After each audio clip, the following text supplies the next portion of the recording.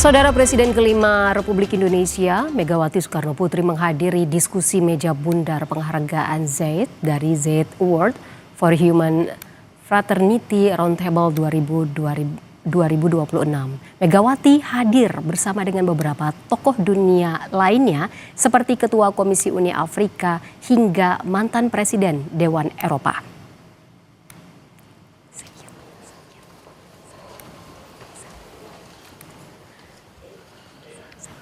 Diskusi meja bundar penghargaan Zayed membahas berbagai isu krusial seperti AI hingga generasi masa depan. Usai diskusi, Megawati berinteraksi dengan sejumlah tokoh dunia, salah satunya Sekjen UNESCO, Irina Bokova. Kedekatan Megawati dengan acara Zayed Award begitu terasa, mengingat Megawati pernah menjadi salah satu dewan juri di acara ini pada 2024 lalu.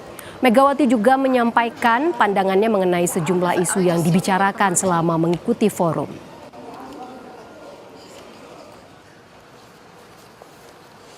Dari sejak awal saya terus mengikuti dari sejak hari pertama di mana kami termasuk saya diminta untuk memberikan pendapatnya mengenai yang namanya Foundation Zayed Award yang dibuat pada waktu saya pertama di